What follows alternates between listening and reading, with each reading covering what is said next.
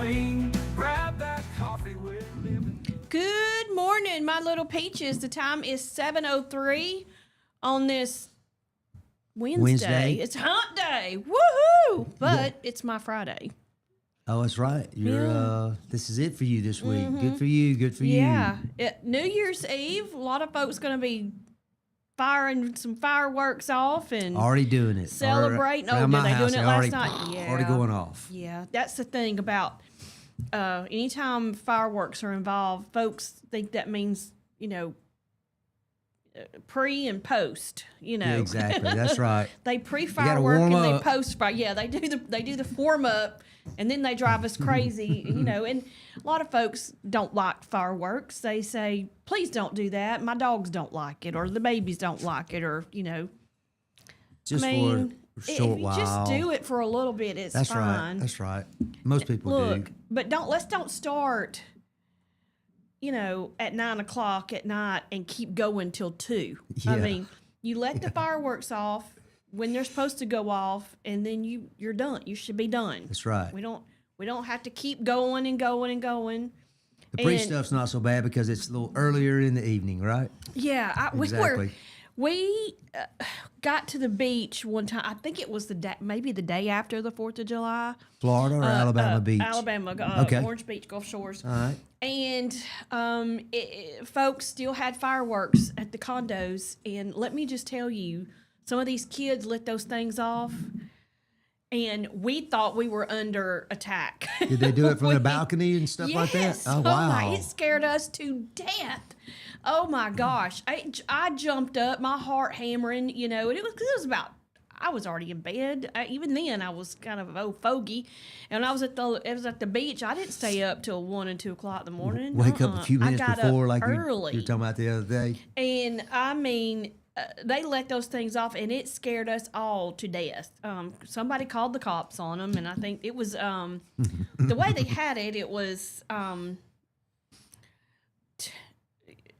I don't want to say back to back, but it was almost like a U shape, and it was somebody across the way had done it. It sounded like it went off outside our door, though, but it wasn't. It was just that loud. Sound probably yes, just Lord. went around that Look. that balcony. We ain't got to do all that. I don't need a heart attack. I'm at the beach for know. relaxation, not that. Exactly. That's right. Don't do me that way. But I do like the fireworks. I think they're beautiful. What are your thoughts on? A lot of people will video the fireworks, and then they post them on their Facebook page, and other folks are like, "Why do you got a video and post the fireworks on the Facebook page? It ain't like we haven't all seen fireworks before, just da da da da da da." I'm like, I mean, what does it matter if I video it and it's just something I want to keep? It doesn't matter. I It's agree not with bothering. you. It's taking up my storage. It's not bothering you. If you don't want to see it rolling through your feed, move on. Exactly.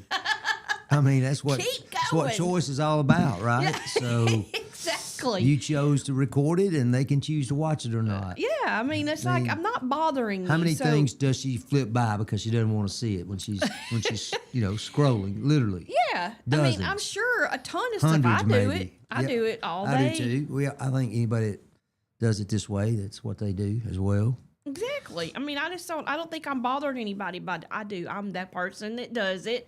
I'll video a few.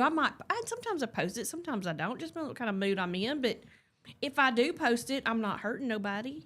Well, we were talking about this last week, I think, or maybe even before, about down in Mobile, they dropped the moon pie. Oh, that's right. Well, I was watching the news this morning, getting ready, and they were practicing, making sure it Oh, worked. were they? It was hilarious.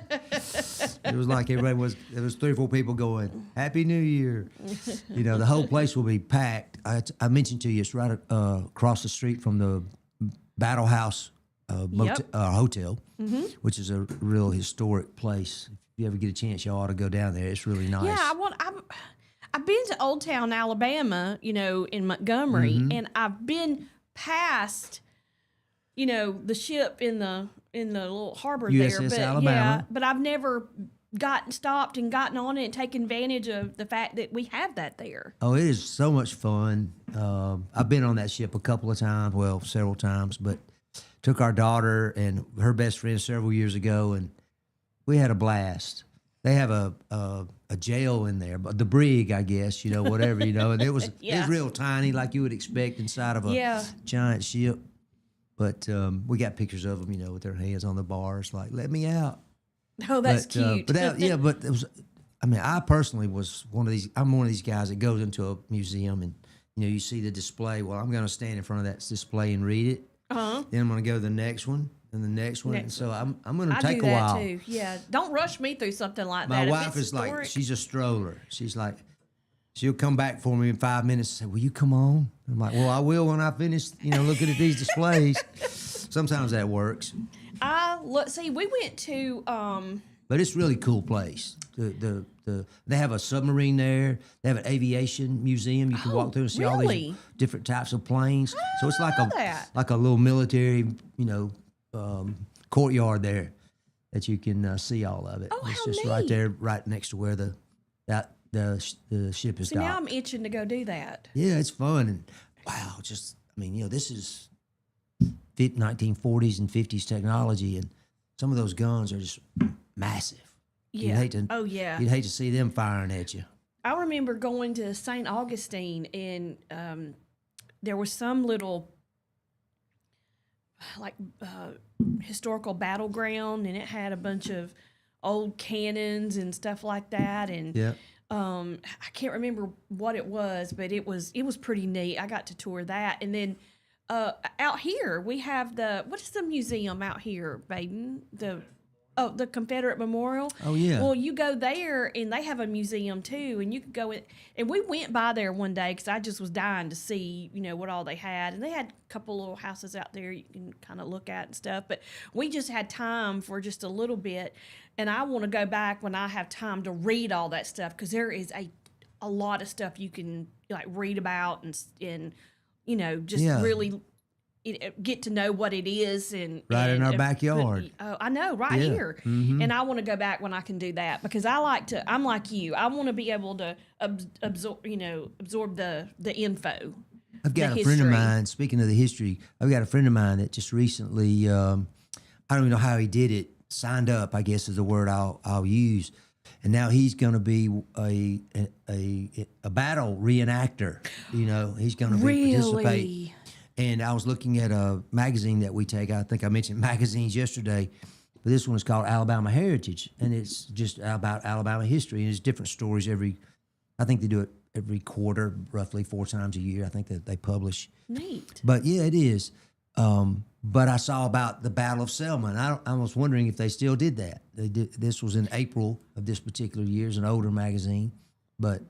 I don't know. I know that. But my friend Carl, he is officially a Union reenactor. That's soldier, cool. Army soldier. At the Memorial, Confederate Memorial, they do the reenactments too. They do it twice a year. Yeah, that's kind of why I brought it up because I want to go see one. Yes, I do too. They have a big thing that when I first started here, we had the director come on and talk about the different reenactments and how much fun they let school tours come through there. On this particular weekend, they have a school day, and then they have the public day, and they make a whole big fancy fun weekend out of it, and I love that kind of stuff. I don't know if my hubby does or not. I don't think that's something we've ever really thought about, but I do. I love that kind of stuff. I bet he would.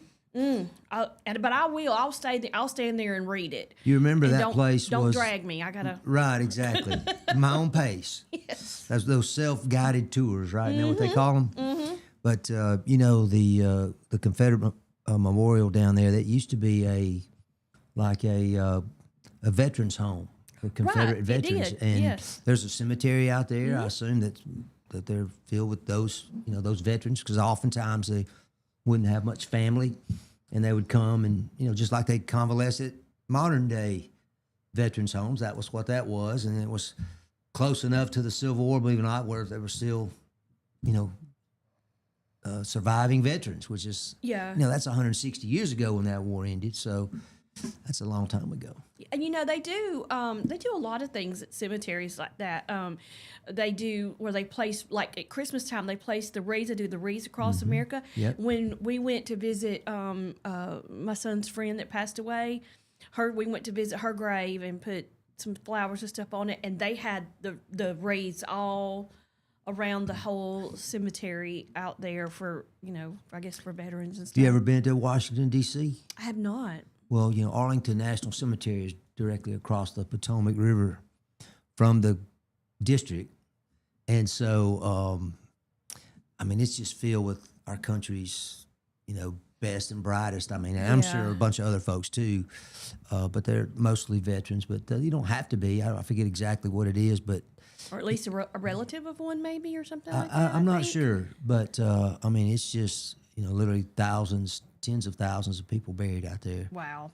Our nation's heroes, which of course, to me, the ironic thing about that is that when General Grant, who was the head of the Northern Army at that time, after he accepted the surrender from Robert E. Lee, he seized Lee's property, which is where this cemetery is built. That's just right across from the Capitol was Robert E. Lee's family's estate, and they seized it and turned it into a national cemetery.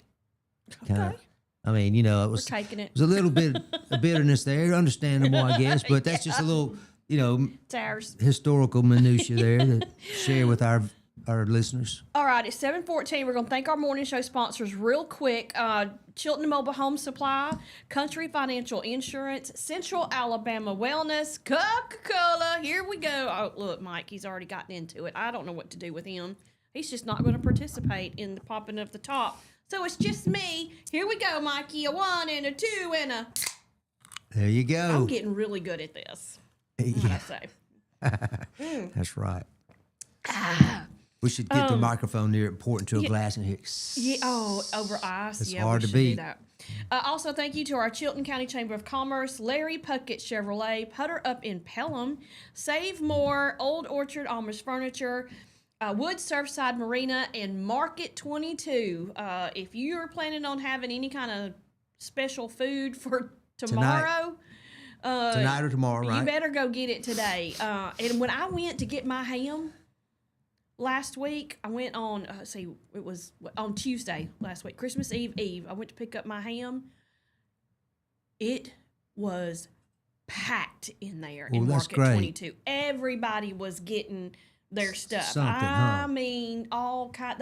Matter of fact, they were wiped. Their display case was almost completely empty. About It had sold a few out, little huh? spatterings. They were having to go to the back and get stuff and pull it out. And people were like, what about ribeyes? Can we get them cut? And they were like, well, you sure can.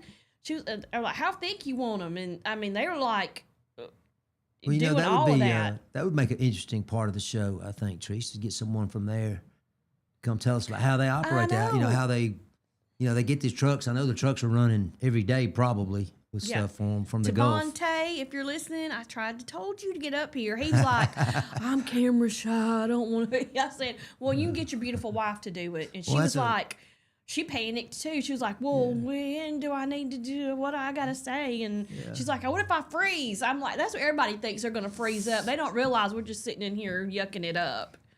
I can understand their feelings. A few weeks ago, I started my very first day, and I was not sure what to do either.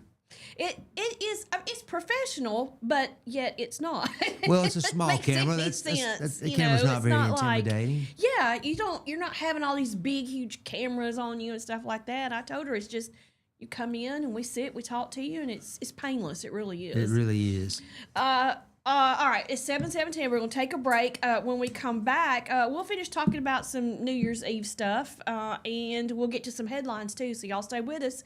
You're listening to Morning Mayhem here on Piper Peach Radio. Teresa and Mike broadcasting live from the Clayton Tractor Studios. We'll be right back.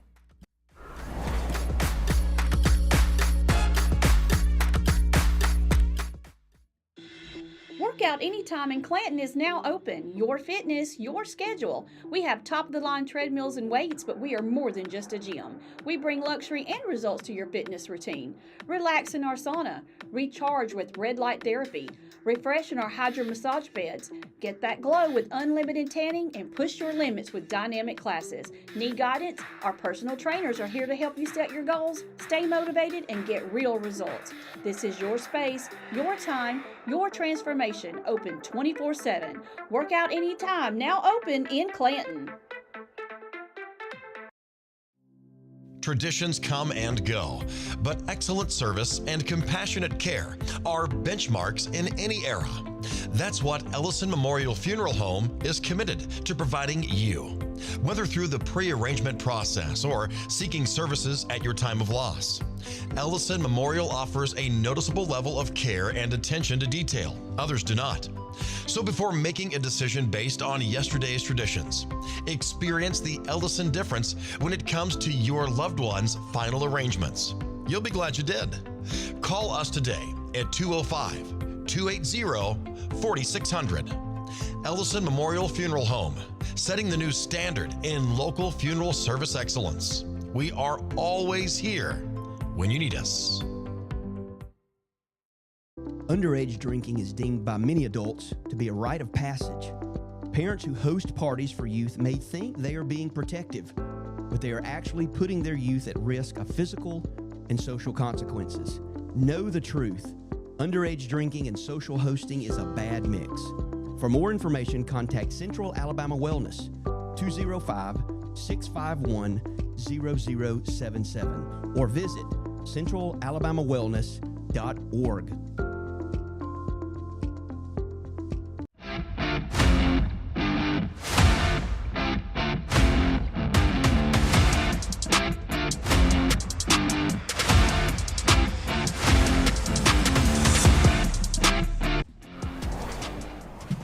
We are back. The time is 7:20. You're listening to Morning Mayhem here on Piper Peach Radio. Teresa and Mike broadcasting live from the Clanton Tractor Studio. So we're talking about all kinds of stuff. We started off New Year's Eve and then we morphed into, because of the moon pie thing. Yeah, that's right. What, one year, I went to Gatlinburg for Christmas, for New Year's Eve. And I went with my husband at the time and several of our friends. I found the cabin. We booked it. It was between Gatlinburg and Pigeon Forge where we were staying. And it was a great cabin. It slept like 18. Were you in the mountains or you were down by the river? We were in the mountain. Okay. And it was really pretty. And it was, there was only like 2 other cabins that were where we were. It was gorgeous. Pretty isolated, sounds yes, like. it was. It was fantastic. And it was cold. I mean, it was cold, cold, cold.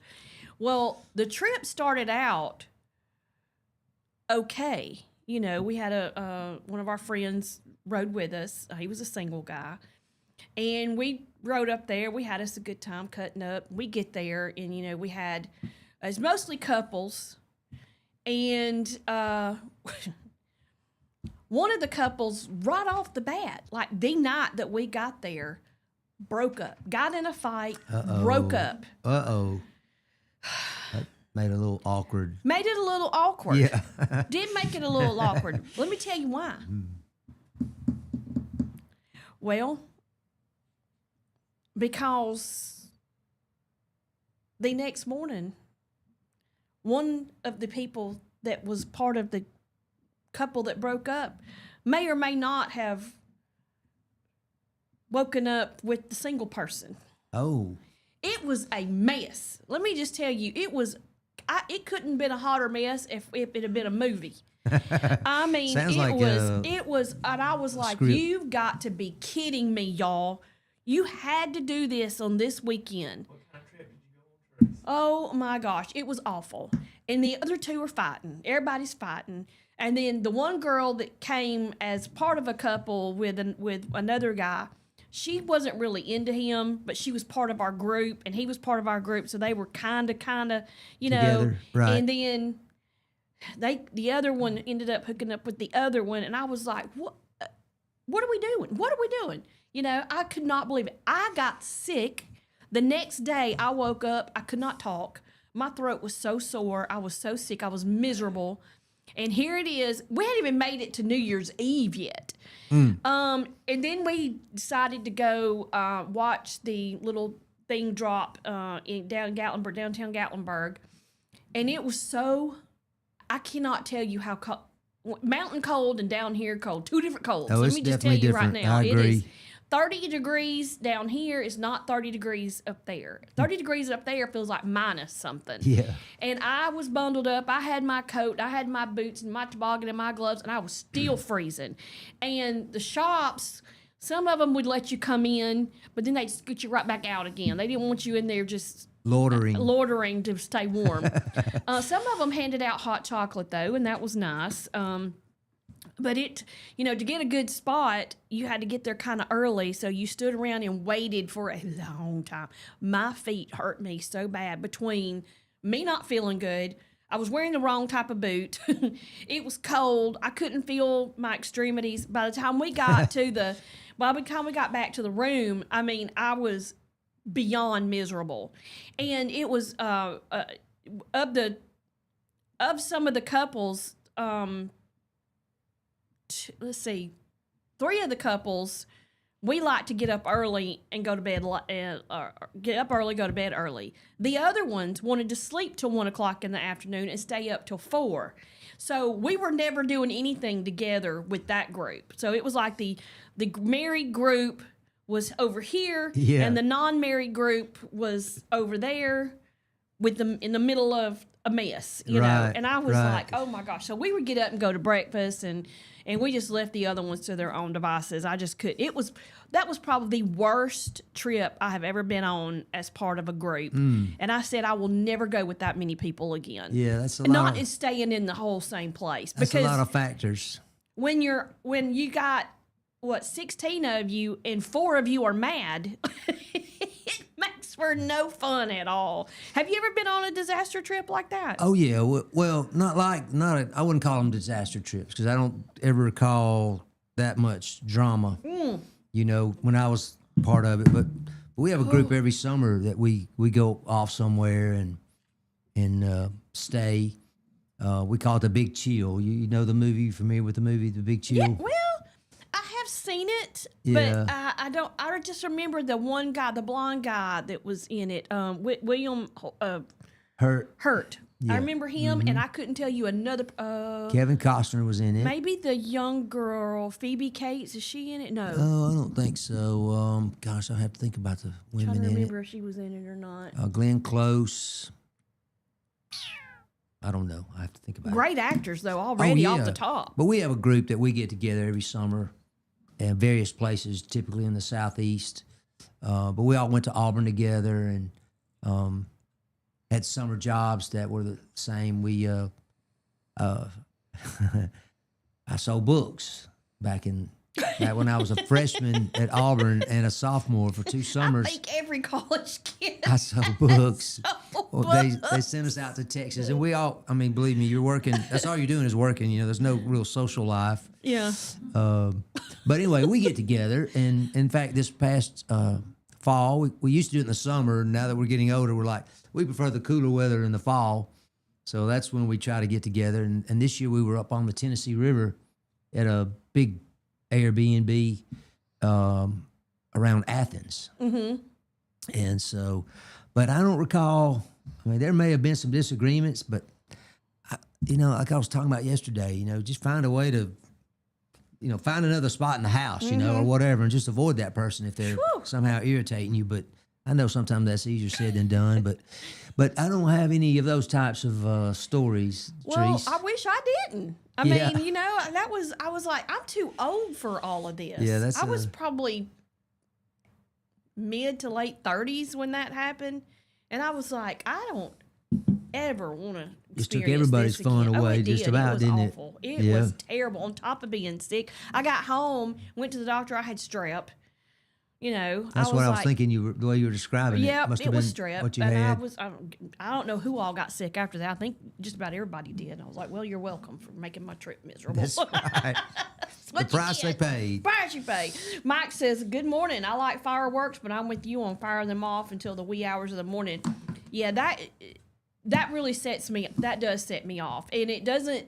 You know, when I'm sitting around and I'm, winding down to get ready to go to bed, and then it's dark the day after and the day after, and y'all are still popping off those fireworks. Nope. I know you probably have them left over and you want to use them up because I don't think it's good to keep them after you open them up. I don't know. I'm I've not got sure. I some don't know that are how long several those years things old. They last, seem to but- work every time I reach for them. Oh, yeah. You store them? Okay. I throw them in a old peach basket. But, yeah, I guess that's how I store them. I might not supposed to do that. But I did just buy a package. It's got all kind of things in it. Now, I probably won't be around to do it, but I've got, like I said, my nephew and my son. They'll be you won't there. be around to do it. Why? Well, because I probably won't be outside at midnight. Okay. I'll be inside nice and warm somewhere, Yeah. hopefully.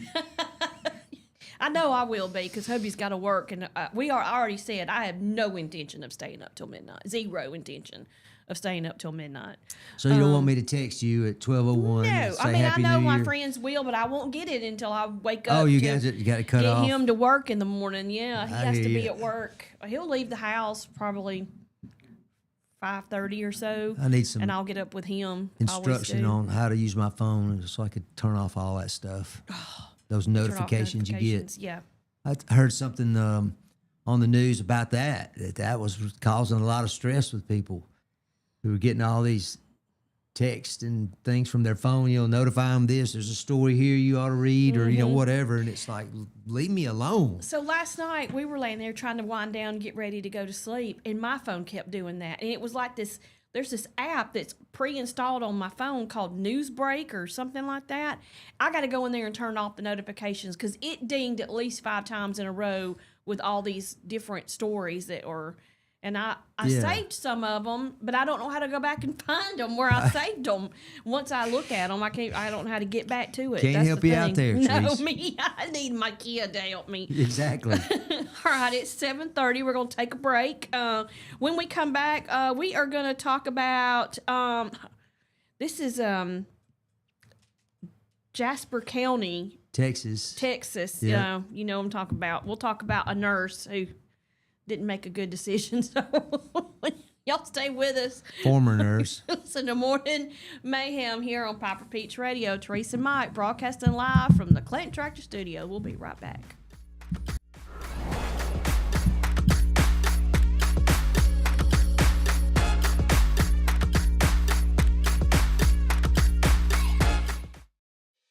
Chilton Mobile Home Parts and Supply is your go-to destination for top quality mobile home parts and supplies in Clanton, Alabama.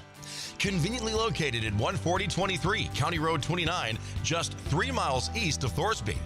We offer a diverse inventory, including underpinning, doors, windows, faucets, tubs, setup supplies, and more. Our commitment to quality ensures you'll find the best solutions for your mobile home needs. Upgrade your space with stylish doors and windows. Enhance functionality with top-notch faucets and tubs. All conveniently available in one place. Visit us today or call 205-646-1949. Transform your mobile home with Chilton, where quality meets convenience. Need reliable towing or diesel repair? Mem's Wrecker and Heavy Duty Diesel Repair has you covered. We specialize in light and heavy duty towing and recovery with the latest equipment for any job, from campers and tractor trailers to winch box recoveries, and the only local-based rotator in the county. We do it all. Our diesel repair services include computer diagnostics, engine rebuilds, transmission and clutch work, and general maintenance. Trust Mem's Wrecker and Heavy Duty Diesel Repair for top-notch service. Call us at 205-217-1984.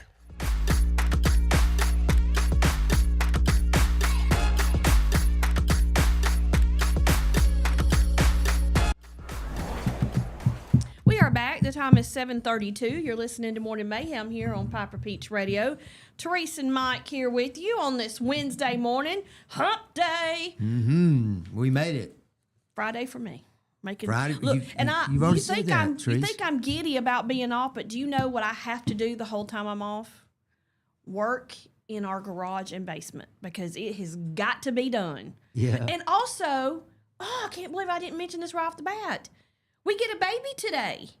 Jeff's grandson is going to be born today, 12:30 by cesarean Congratulations. section. That's great We're news. excited. The clan is expanding, right? Yep.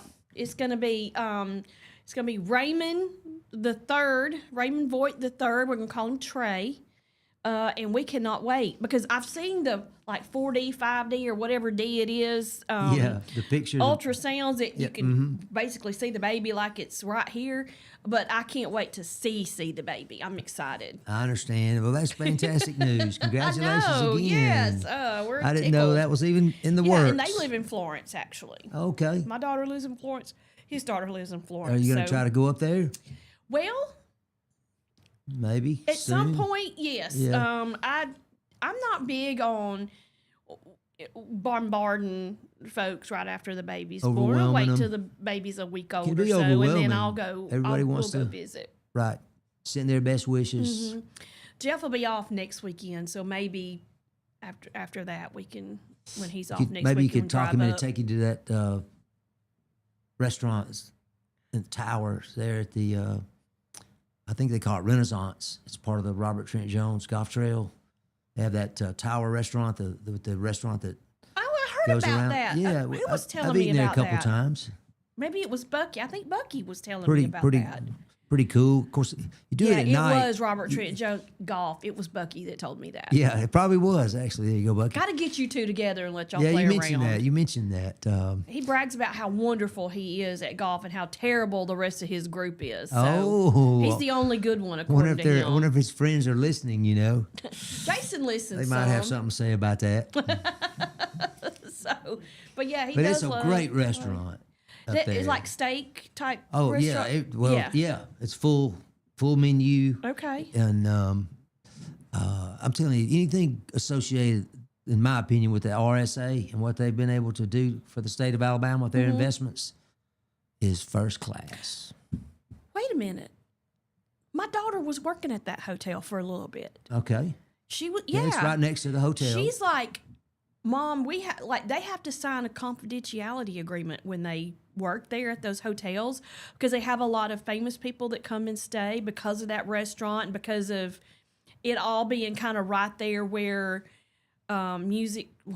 Alabama's Music City That's is right, and that's all right. that stuff. So they have a lot of different artists that come and stay and record and do things like that. So she was like, we have to sign a confidentiality agreement. Not only that, she goes, we're not allowed to have our phones on our person because they don't want us taking Pictures and photos and stuff. stuff in the rooms. We have to keep them in our locker. They have walkie-talkies if their boss needs to get a hold of them. But I've never noticed that, but my got wife's a some retired kind of teacher, and so they offer discounts on certain dates. yeah, They have because Piper spas. gets them. She loves to go to their spa. They have a great spa up there. I don't know if you're into that. I am I was going to definitely say, into is that. anybody not into a I know, good I don't spa, know a a good female that massage? isn't. Yeah. I told my wife I was ready for something, but I needed a good rub down. But we've been there, and Ross Bridge is close by, Yep. and Hoover, and they have That's a nice great one. spa. I've been in that spa. Montgomery, Mm-hmm. the Renaissance downtown, they have a great spa right there. It's right on the Alabama River, practically. You can see. I bet every hotel in Alabama is going to be slap full tonight. Yeah, there will be. I mean, because most people, the thing is, That's mean, the way to do it. If you're yeah. going to go out somewhere like that, or don't drink and drive. yeah, don't be out somewhere and But here's- celebrate too much. And what I If you're worry going to do about, something like that, be at a hotel, Exactly. right, or a house like you guys were in Tennessee. even if you have a designated driver, that doesn't mean that the other people in the other vehicles are abiding by that. So you still are taking a chance when you're out on the roads. And back in the day, I wouldn't have thought twice about it. I was like, yeah, let's go out. It's New Year's Eve. I mean, I want to go where the party is. I wasn't worried about getting home, until it was time to go home. But now I'm like, every time we go somewhere, I'm worried about that. I mean, I'm like, even though we're not, somebody else probably is, and Well- so I'm almost afraid to go anywhere. It's I true. They say New Year's Eve is the night where the professional drinkers stay home because all the amateurs are out. Yes, And that is so, no lie yeah. told there. So Yeah. don't, like you said, don't do that. Don't drink and drive. Have a good time. If you're gonna have a designated driver, that doesn't mean they can have a couple of drinks. It means they're supposed to have none, right? So that there's Exactly. pretty sober. Designated driver doesn't mean you get to have 2 and everybody else has 6. Yeah, That means you exactly. have 0 and everybody else has 6. I'm less drunk than my friends are, I guess. Yeah, that's no good. And No good. stay, even if you're at your house, if you have people over at your house, make arrangements for them to stay the night. Take the keys away, do a promise. Well, even Uber and Lyft, they're in Chilton County. You can get an Uber ride if you have to, if you want one. And a lot of times you can schedule those. And I suspect that, like you were talking about the restaurants and hotels we packed, I'm sure they'll be jam packed too. How about those rates will be jacked up? Well, yeah, you got to pay for that. You got to pay for that. If I'm But gonna be out on the road at 2 Better to be and 3 in the morning safe, though. picking your drunk behind up, you're gonna pay Yeah. me double my fare. I got news for you, and you better tip me good too. have you ever taken an Uber ride have or not. a Lyft? You're just basically riding in someone's car. I rode in a taxi one time in my life. That is it. Yeah. That- I have that's seen it. some That's the great only taxi time. drivers. Was in Chicago one time and had this gentleman. He's literally from Africa, and this guy pulled out in front of him, and instead of yelling some 4-letter word like we might, he yelled out. He said, "You are confused." He yelled that at the other You are driver, and I mean, we were in confused. the back seat, and we were just dying laughing. We'd been to a Cubs game, a Chicago Cubs game at Wrigley Field, and we're headed back to our hotel. And He probably thought he this was gentleman saying picked something. us up.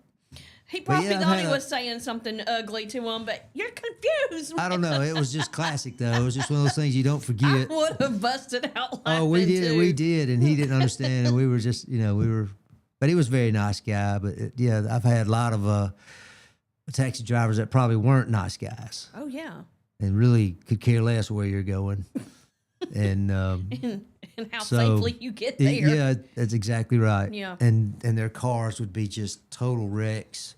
And you're in the back, and you're like, oh, I don't want to touch anything. I don't really want to. I don't want my skin to touch anything. It's bad enough to have my clothes touching it, but That's the hilarious. Uber drivers, the ones I've associated with or been with, they present a very good product. Their car's nice and clean. Mm-hmm. They'll have a bottle of water or a soft drink for you. If you want it, no charge. For a long time, they didn't allow their patrons to tip their drivers. Like a taxi, you could always tip the driver. Like, Really? when you use your card all the time anywhere now, and they would come up, a screen would pop to 15%, 20. What do you want to? What do you want to add? But then now I think you can tip them, so that puts them in even a little better mood. Because Yeah. sometimes they treat you better, thinking they might get a tip. That's true. I mean, I don't tip, but You don't tip. I'm kidding. Of course I do. I was yes. about to have a heart attack, Mike. Oh, yeah, I I'm was a about good to say, tipper. what in the world? I'm an over tipper. Yeah, I am too sometimes. and I know I'm an over tipper. My husband is not an over tipper. Sometimes I'm like, let me flip out a couple more. That's right. After your husband is through signing the ticket, and you're like, Even he though didn't he tip enough. tips adequately compared to how I tip, there's a little gap there. So and he gets on me. He's like, "You ain't trying to, give their whole salary to them." Yeah, make their well, week. But I was a server, and I know how hard that job is. I did the same thing in college too. And I get that a lot of people, well, it's not my responsibility to make sure your wages are paid. That's the responsibility of the dining establishment. If they're not going to pay you what you're worth, then that's on you. You knew what you were getting into when you got here. Well, I promise you, $2.16 an hour is not what I want. But if you know when you go there that tipping is expected, you cannot use that excuse to not do it. Oh yeah, I mean, I don't. Anybody that uses that excuse is just sorry to me because we all know. Everybody that does every job knows what they're getting into technically when they get into it. So you don't use that on me. I don't like that kind of mentality at all. You know, when you sit down and you're getting served by a server, that you're supposed to tip at the end. And if you are the jerk that leaves $2 on a $100 tab, then I feel like you will get karma to you at some point. But I always gave good service anyway. And I always got decent tips. I mean, every once in a while you get that one table that no matter what you did, they were going to turn it around to your fault, no matter if it was your fault or not. And I mean, and then other days I was just off my game. I'd forget a salad, or I didn't refill the drink that I said I'd be right back to refill because I had 5 other tables that needed something right then. You got pulled a different direction. Somebody fell through the crack. I get it. I do. But I allow, when I'm dining, I allow for that. You have to be a pretty bad server for me not to tip you good. For you to stiff somebody? I would never stiff. But I wouldn't. I'm an over tipper, and so you would get the minimum. You would get the 18% and not a penny more, and that's just because you did at least bring my food to me. Well, So- and a lot of times you're dealing with younger people, right, who are your servers. And Yes. I tend to look at that and say, they're out here working hard, trying to, better themselves, and I want to help. Mm-hmm. But at the same time, I expect, the old quid pro quo. I want my service. Mm-hmm. And most of the time, I don't have to be too impressed to leave a good tip. Well, I actually watched 2 servers get into an argument over who was going to take a table that I was sitting at one night. And it lit me on fire because I just don't like that. Not in I front don't of care you. if you're ready to go home. I don't care if you're tired. I'm the customer. I'm still the customer, and you need to, I could hear about, I don't want to take another. I mean, I'm hoping I get cut early, and blah blah blah. So the person that ended up taking the table didn't want to take the table either, So they're both over there. Really, neither one of them's winning in the So end. they weren't arguing who's going, They were they arguing. wanted the table. They didn't want the table. Neither one of them was like, wanted the you table. take it. No, you take it. No, yeah, you take it's your it. turn. Oh, I'm hoping Yeah. to get off early. I was like, okay, so we'll see how this goes. And when I immediately want to know what their attitude's going to be when they get to my table. If it is not a nice attitude, I will say something. Because I'm like, look, been where you are, I get it. Well, the owner of any business, you just, when you hire folks, it's almost like crossing your fingers and hoping for the best and praying for the best. That's true. Because you just don't know, because these folks are going to be interacting with your customers, the people you rely on, for your livelihood. And when you get a couple people like that, it's like time for retraining, Yeah. at that point, because someone has to have an attitude adjustment. But it's the young ones these days. Used to, the young ones were the best ones, and now that is not the case anymore. Well, they're learning, On general speaking, now there have been some. When I worked in Pell City, the place that I worked at, it was my second job. Those kids worked hard. Most of them were homeschooled, and they worked hard. They were there, can to can't, whatever. They really doing did their work best, hard. presenting their best. Yep, and there were some grumbles every now and then, with who was pulling their weight the most, and that little dynamic. But I was, I really like to see they were hustling. Well, a lot of restaurants, it's amazing to me, or maybe it shouldn't be amazed by it. Maybe that's too strong a reaction. Impressed that a lot of these most successful business owners are training their people to treat others, literally the golden rule, treat others the way they would want to be treated if they're sitting at the restaurant. Exactly. And, or if that was your family.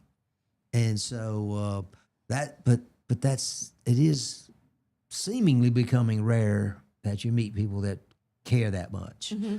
They're like you said, they're there to get a check, and it's not everybody, of course, and that's not what I'm saying, but it seems like you run into more people like that than you used to. But at the same time, when you come across those little jewels where the people are they've bought into whatever system that they have, that the owners have implemented. They buy into it. I mean, it just makes the whole place run so much better, and customers are so much happier. Just look around here. There's so many good restaurants and things, and that doesn't happen because of one person. It happens because of a team of people, right? Yeah, I will say around here, haven't had bad service yet.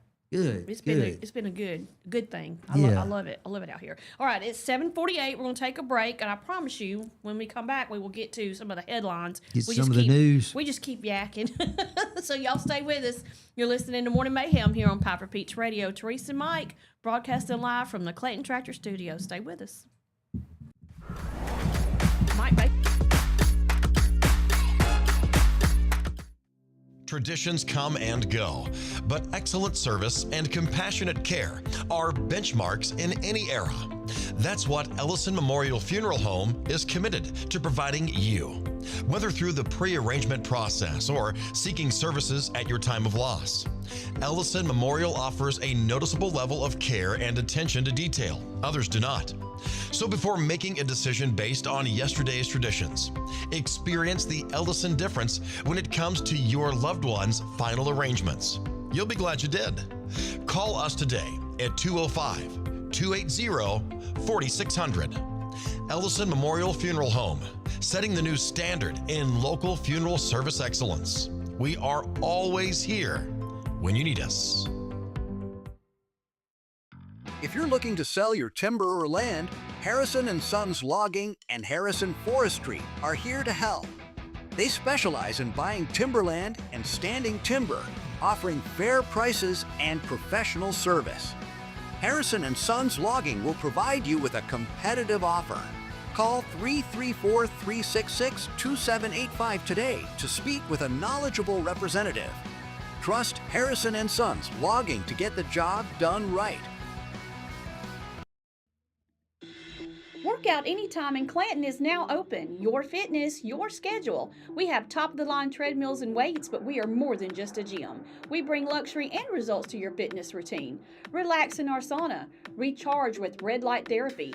Refresh in our hydro massage beds. Get that glow with unlimited tanning and push your limits with dynamic classes. Need guidance? Our personal trainers are here to help you set your goals, stay motivated, and get real results. This is your space, your time, your transformation. Open 24/7. Workout Anytime, now open in Clanton. Traditions come and go, but excellent service and compassionate care are benchmarks in any era. That's what Ellison Memorial Funeral Home is committed to providing you. Whether through the pre-arrangement process or seeking services at your time of loss, Ellison Memorial offers a noticeable level of care and attention to detail. Others do not. So before making a decision based on yesterday's traditions, experience the Ellison difference when it comes to your loved one's final arrangements. You'll be glad you did. Call us today at 205-280-4600. Ellison Memorial Funeral Home, setting the new standard in local funeral service excellence. We are always here when you need us. Underage drinking is deemed by many adults to be a rite of passage. Parents who host parties for youth may think they are being protective, but they are actually putting their youth at risk of physical and social consequences. Know the truth. Underage drinking and social hosting is a bad mix. For more information, contact Central Alabama Wellness, 205-651-0077, or visit centralalabamawellness.org.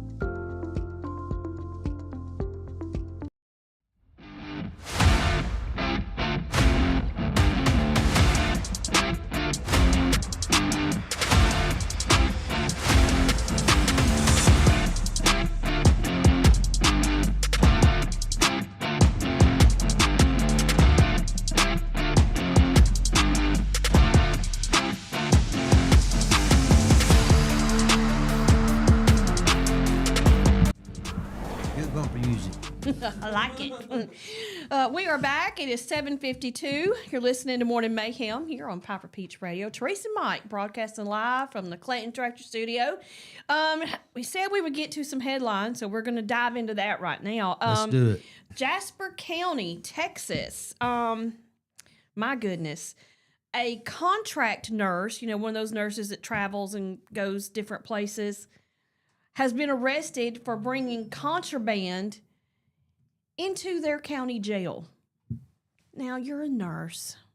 You're making good money. Contract nurses make a lot of money because they work, 3 months here, 3 months there. That's They're right. living out of these little microtels or Airbnbs or whatever. Where the demand pushes them. Mm-hmm. That's why they make more money. They're willing They to go work- to really travel. They work the hours that other people can't. They can't find to work and stuff like that. So she's knocking down some coin, and then you're gonna risk all of that to try to get contraband into a jail. The county jail. Yep. It was a cellular phone that she was trying to sneak in there, and apparently multiple cell phones that she's done on other occasions too.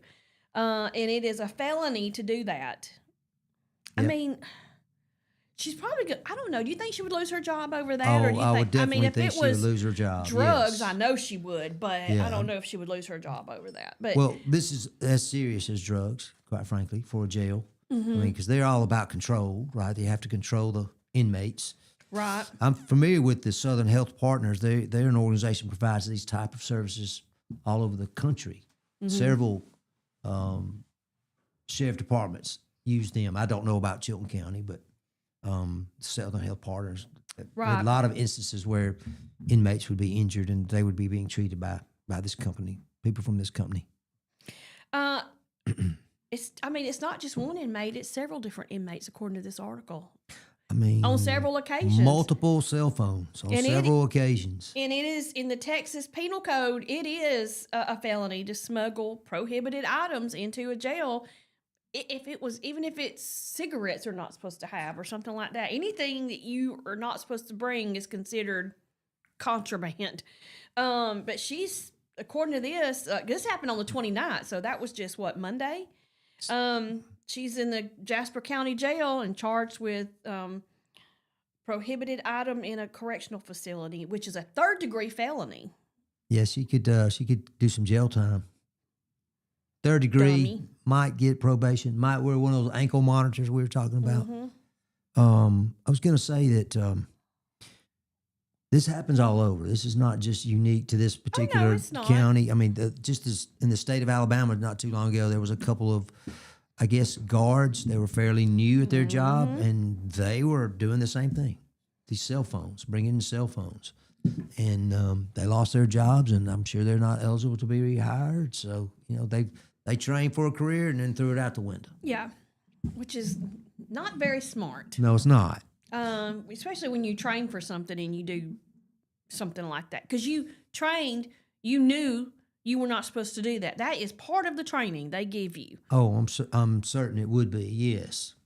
I mean, you can be nice to the inmates, but you're not really supposed to fraternize with them in any this way. is like we were talking about. This is a third-party vendor. Yeah. That's coming in, just providing services, that the county pays for. These aren't county employees, so that's good when you're looking at our government. Yeah. And they caught the person, so, it's not like the Congress lady from Texas said, about the criminals. Just because they do crimes, they're not necessarily criminals. That's what she said. I remember her saying that, and we're like, that was like, yes, they are. Yes, Yes, they are. That is literally the definition of a criminal, a person that commits a crime. exactly. And that's what Criminal. Look it up in the dictionary. Well, that's what I'm not they making did. this up. some of these folks on Facebook and in the newscast, they would do, I don't know if there was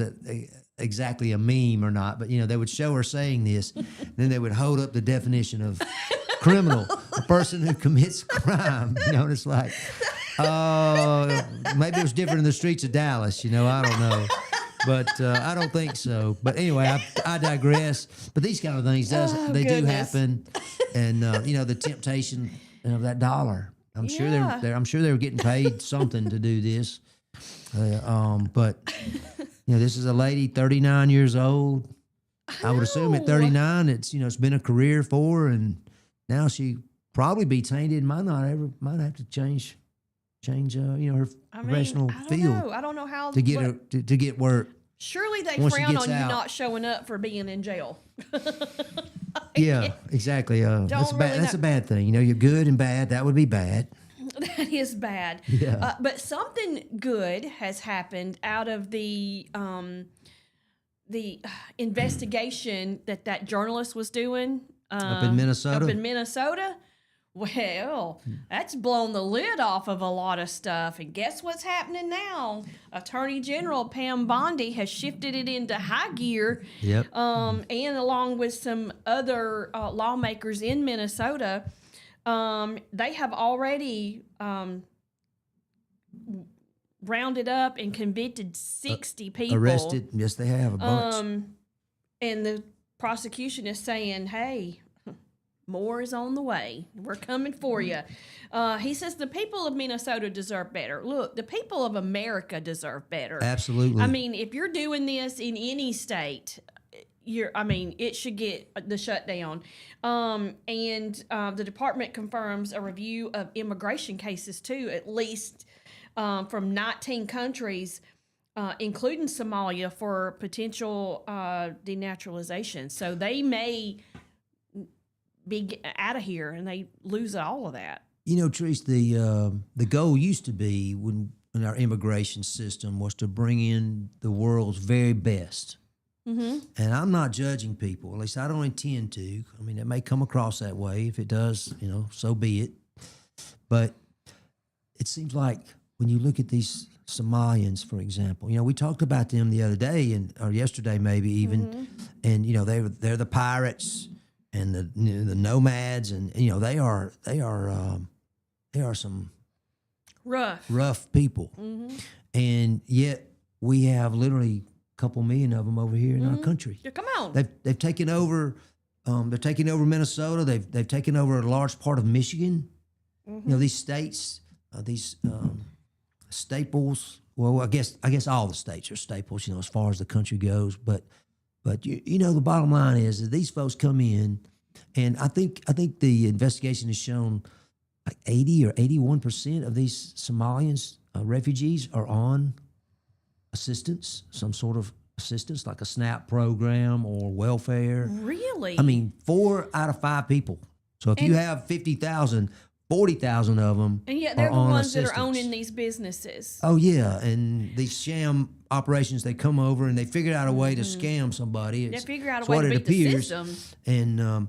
And the allegations are going so strong. And we talked about the Attorney General of Minnesota named Ellison, how he basically turned a ceremony into a campaign contribution, request from these people who had just gotten millions of dollars of state and federal aid, and then he shows up to say, "Hey, congratulations! Could you give me some of that money back from my reelection campaign, and maybe I can help you get more of this money." And that's the thing that's scary. He shouldn't be able to be the to Attorney General. Minnesotans and Americans that some of our politicians are like that Doing stuff like that. Yeah. Well, with our Pam- money. Because it Pam is our Bondi- money. As little as I contribute, it's still mine. Exactly. And yours, what you contribute. Exactly. So we don't want it going for stuff like that. And she said, she made the comment, "Buckle up." Those were her words. It's coming. We're shutting it down. We're doing the crackdown. And really, the sad part is, I feel like this wasn't news to a lot of people. People right. already knew this was happening. It's just now they've got to, go into some kind of action. Investigation. An investigation and, do all the things that they should have Prosecution. done already. That's right. Because now it's been, before when nobody knew about it, it was like, well, we'll just, we'll let it ride or whatever. But now they have to do something because the American people are like, what? I did hear a commentator say, though, which I don't know that this is true or not, but she said, well, Minnesota has been investigating this for quite a while already. It's just that it's now reached the national level. I don't know that that's true. I don't know that's not true. And let me tell you why I believe that to be true, because they have already convicted like 60 people. So that means, because this Right. just blew off, what we're finding out about just in the last week or so or two. They wouldn't have had time to convict these people. These people hadn't had time to go to trial if that was new. So this is probably some of it's old stuff, and there's probably some new stuff that's coming now. They might have found some places that they weren't aware of until this investigation got, But Well, ICE is deeply involved now because a lot of these people have had work visas, which are limited, and then Yep. you have to apply and renew them. And one of the things that they say that some of these people been here a long time, several years, and have not renewed their work visas. And so they're all in here, or not all, a lot of them are in here illegally. Yeah. So guess what? Pam Bondi and Tom Homan, I think his name is the commissioner or whatever his title is for ICE. They're going to take some of these Bye-bye. people. And one of the things they said was that typically when someone comes in for a work visa, they come because they're trying to better themselves. The American way. They find a job, work hard, save their money. Maybe they come up with a great idea for a business, not a great idea to scam a business, but, Exactly. but to have a business and then do their best, because when they try to renew that work visa, you've got to show the United States that, hey, I am worthy of to be a citizen. Exactly. What happens is you have these millions of people, they're just overwhelmed. Millions of people who don't comply with our laws. All these people during the Biden years who were crossing our border, 10, 15 million, who knows how many it was. We saw it. We saw it on video. We saw just thousands of people streaming across our border. And, they were basically all given a slip of paper saying, okay, here's your court date. Well, I wonder how many of those people, Therese, actually showed up for their court date. Probably very few. They scattered, all over the country. And so it's a tough job to round them up and deport them. But that's one of the things, the side stories, if you will, of this one is that ICE is now involved and immigration is now involved. And it won't be long, a bunch of those people will be deported. Because And they won't be allowed back. If they're on welfare after being here for so long, that's not exactly a productive citizen, right? Welfare is meant to be a temporary a handout, a help up. But unfortunately, some people have turned it into, it's generational. A career. Exactly. And so that'll be I call it a benefit to this as well. In addition to uncovering all the fraud, maybe you can get rid of a few thousand people who shouldn't be here. Exactly. Because even a few thousand is a drain on our economy when it's like that. And Well, you're just not being productive, especially. Get your calculator out. It doesn't take long to reach a bunch of zeros when you're counting in the thousands. That's true. Good morning, Ricky. Thank Morning, you for Rick. joining us. I guess he's been busy. He's usually the He's making first breakfast. one on. He and Mike are usually the first ones on. Did you see this tragic? Denny Hamlin, NASCAR driver. No, I saw that. Saw his daddy. his mom and dad's house caught on fire. His dad passed away from his injuries, and his mom is still in the hospital in ICU in the burn center. Yeah.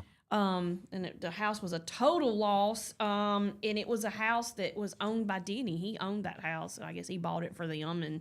And NASCAR released a statement that said, his father did a lot for him and sacrificed a lot for Denny to be able to go into racing, and really supported him hard while he was. And he's done very well. He's He's one of my top drivers. He is a top driver. That's right. I love him. I had a relative that now that's removed because I'm not in the family anymore. He worked for NASCAR. He was Carl Edwards' tire changer, and then when Carl retired, he went over to Denny Hamlin, and he worked for Denny Hamlin for a long time. He said Denny was a really, really nice guy. What's so funny? You're grinning over there. Well, I'm thinking about my father-in-law, my late father-in-law, Bill Hurst. Growing up as a young man up in Jefferson County, he was a tire changer. Have you heard of? Gosh, I can't. I'm sorry, I'm not a huge NASCAR fan. Some of our listeners could Ricky probably is. text us and let us know what the Alabama Gang. That's what they were called. I was trying to think of Donnie Allison and Bobby Allison and Neil Bonnet and I don't know some other drivers, but Bill, my father-in-law, he was a tire changer. You said your friend was a tire changer. Now he was just they had local tracks around there. Red Farmer. I'm trying to remember some of the other drivers that I read about. Never watched them, but I've never been to a race. You've never been to a NASCAR race? I haven't. Mike, you got to go to I was at least inside one. Daytona. My wife and I were inside Daytona, but I haven't ever been to a I'm live going to tell race. you right, the 2 tracks that are the best to go to, based off, I know that I've been to Talladega and it's awesome, but Bristol is probably one of the ones you would go. Daytona is going to be a good one just because that is one that the drivers really want under their belt the hardest. But the Bristol track and Talladega, I've heard folks say those are the 2 best tracks to go to. One's a shorter track, and Talladega is a longer track. But yeah, I think Bristol is considered like the Masters golf course. It is the top track, and it's one of the shortest tracks. Yep. Which they say is just like they're just driving in a circle. The whole. But it's pretty exciting. I bet it is driving a circle at 120 miles an hour. They're Yeah. But we got to take this tour of Daytona. Have you ever been on the track? Oh my goodness! In those curves, those are super speedways. So I mean, before they had the restrictor plates that they used, I don't know, probably 20 years ago they started them. I mean, these cars were going around there 220 miles an hour, and they had to slow them down because if you had a crash that fast, you were a goner, for sure. At least you have a better chance of surviving at 180, I guess. I don't know. I can't fathom going that fast, but I know, right? But the angle of the track is just. I mean, It is. It is so steep. You have to have it. It's like climbing a mountain. That's right. They said I think the minimum speed in Daytona was 95 miles an hour to even hold the curve. Otherwise, you were just going to come down. Otherwise, you got to stay on that lower part. Yeah, that's you've right. got to go faster to. But the first time I got on Talladega's track, and I was like, on TV, it does not look like that. It just looks, like you might have maybe a little bit of an incline. Yeah, but you you get on can't- that track and you're going straight up practically. Yeah. And it is wild. And the backs of my calves and my thighs were hurting so bad trying to climb that thing. And and then you're going back down and you're kind of doing as you're going down. Oh, I know, and 'cause keep you're from rolling down. gaining some speed, right? You get some momentum, unfortunately. But yeah, my father-in-law, he changed tires for the Alabama Gang there for a while, and that was just funny because you mentioned your friend or relative was a tire changer for Carl Edwards. You said Carl I mean, that's big time. Yeah, it is. You Yeah, know. and then he went to Denny Hamlin. So How yeah. about that? Well, it's a tragedy though. The Hamlins. This happened outside of Winston-Salem, North Carolina. Yeah. I don't know that that's in the mountains. I don't know North Carolina that well, I but don't either. but I know it's When I hear most North like in the Carolina- north central part of the state. The thing I think of is that in my head, it's all mountain. you know well, what I'm saying? That's like, Asheville, Western North Carolina would be the Western Carolinas are more of your mountainous areas. yeah. Just above Gatlinburg, When you basically. say Virginia, when you say Colorado, I think nothing but mountains for some Yeah, reason. And I yeah. know that's not the case, but it sure seems like it. Yeah, there's a lot of them though. The But there Appalachians run is. right up through there. I went to Hot Springs, Virginia one year, and I'm going to tell you now, getting up to some of those resorts on top of the mountains, Is it miles. Washita? Is that how they say that? I don't The know. mountains up there. I All think I that's know right. is that it was a 30, 40-minute drive up the mountain to because it was miles up there, and it might have been even longer than that. And you had to go kind of slow. You couldn't go Oh no. 60, 70 miles an hour up those mountains. You could, but You know, could. Chances are you're not going to make it all the way. That's if you right. do that. Exactly. Something bad's going to happen, probably. So we've vacationed out in Colorado several years ago and visited Pikes Peak, which is outside of oh gosh, I almost said Carson City. That's not right. Colorado Springs, excuse me. And we drove up. It's like 14,000 feet. And it's just like you're talking about. It's just hairpin turns. And my wife is scared to death, okay? Because it's on her side. I said, baby, if the car goes, we're all going. It's not just you. But we're going up, and I'm like, take some pictures because it's just fantastic views. It is. It's and gorgeous. She just couldn't stand to look. She would just hold the phone out and just, not looking at what she was taking, and because she was scared to death. You don't even know what your picture you're getting. It could be of nothing. But Teresa, on the way down, after we got to the top, there's like a visitor center and some things to do, restaurant up there. They have a train that makes it all the way up. It's what's called a cog train. But anyway, on the way down, there's a station you have to stop at, and they test the temperature of your brakes. Because if if they're overheated, you have to stop and let them cool for like 30 minutes or something. Now, we didn't have that problem. They checked ours and said, hey, man, you can go. Very few people, they let go, but I was just taking it slow, so. But anyway, it was pretty cool.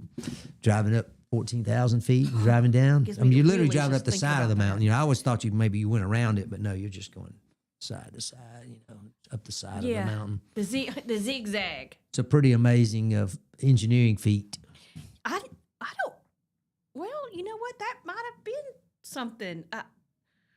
We might not have been as high up as you were. Not in Arkansas, you wouldn't have been. No, this was Virginia. Oh, I'm sorry. Yeah, I thought Hot you Springs, said, Virginia. Oh gosh, I thought it was. I just assumed you meant Hot Springs, Arkansas. Okay, gotcha. No, this is Hot Springs, Virginia, and the mountain was. But I don't remember.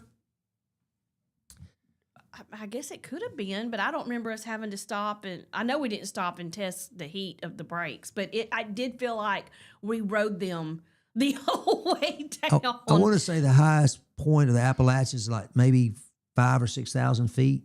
Well, this was almost 15,000 feet out where we were. So, if you've never seen the Rocky Mountains, you got to go see them.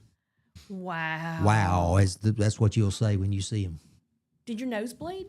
No, we didn't. I don't guess. I don't remember having any issues. My friend went to Colorado. They went to Aspen, I think, and they stayed where they stayed like was a like ski a resort? little. The picture she took looked like a Hallmark movie. It was beautiful. She said the whole time she was there, her nose bled. Oh, the whole time she goes, Bessie, I was so sick the whole time we were there because the altitude messed her up so bad. She said it was beautiful, but I was miserable. Well, and she said I don't think I would go again. But I'm glad I went. First time I went out there was a pretty young guy. I just changed jobs, and the company I was working for was out of Iowa. They had a big conference out there in Colorado Springs or somewhere out there. Oh, excuse me. No, it was Aspen. But anyway, I remember I was I was a younger guy, and we played basketball. We had a court nearby, and a bunch of us played. Oh my gosh!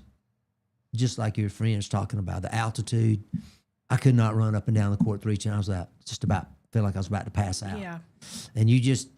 I guess the athletes who train out there, they get used to it. But man, when you're not, like a professional team comes in to play somebody from Denver.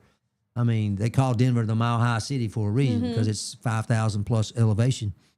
But it can always be a factor because it's hard to train your body to get used to that kind of thing. Yeah, because of the air's thinner and you just don't get quite as much oxygen, I think. Yeah. Yeah.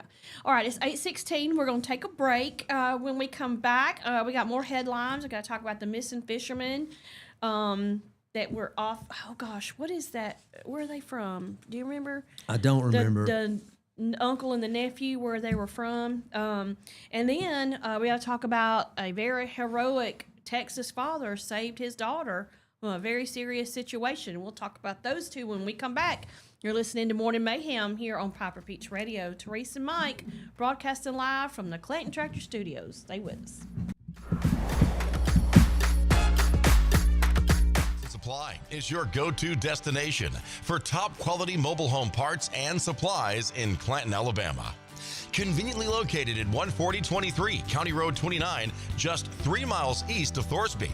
We offer a diverse inventory, including underpinning, doors, windows, faucets, tubs, setup supplies, and more. Our commitment to quality ensures you'll find the best solutions for your mobile home needs. Upgrade your space with stylish doors and windows. Enhance functionality with top-notch faucets and tubs, all conveniently available in one place. Visit us today or call 205-646-1949. Transform your mobile home with Chilton, where quality meets convenience. Looking for the perfect way to unwind, compete, and have fun with friends or family? Then Putter Up Pelham is your next destination. Coming this June. Whether you're a mini golf pro or just out for a good time, Putter Up offers a one-of-a-kind indoor putting experience with custom effects lighting, sounds, and robotics at each hole. Plus, automated scoring and a virtual caddy to guide your game. And our ADA-compliant courses include special putters for individuals using wheelchairs or walkers. So everyone can join the fun from ages 4 to 100. Rain or shine, day or night, it's always game time at Putter Up. Come for the fun, stay for the challenge. Swing by Putter Up, where every stroke counts. Need reliable towing or diesel repair? Mem's Wrecker and Heavy Duty Diesel Repair has you covered. We specialize in light and heavy duty towing and recovery with the latest equipment for any job, from campers and tractor trailers to winch box recoveries, and the only local-based rotator in the county. We do it all. Our diesel repair services include computer diagnostics, engine rebuilds, transmission and clutch work, and general maintenance. Trust Mem's Wrecker and Heavy Duty Diesel Repair for top-notch service. Call us at 205-217-1984. Some family traditions begin with an ending. Lasting family legacies are established at Martin Funeral Home, where for over 100 years, we have served the families in our community. Bobby, Donnie, Norma, and our family at Martin Funeral Home would like to express our sincere gratitude for allowing us to serve your family. Every life story deserves the perfect setting. We are here to make that happen for you and your loved one. We offer traditional funeral home services, and we are now excited to be the home of the first crematory in Clanton, Alabama. Our goal is to serve our families no matter what their needs are. Martin Funeral Home, serving Chilton County since 1921. Please give us a call at 205-755-3550.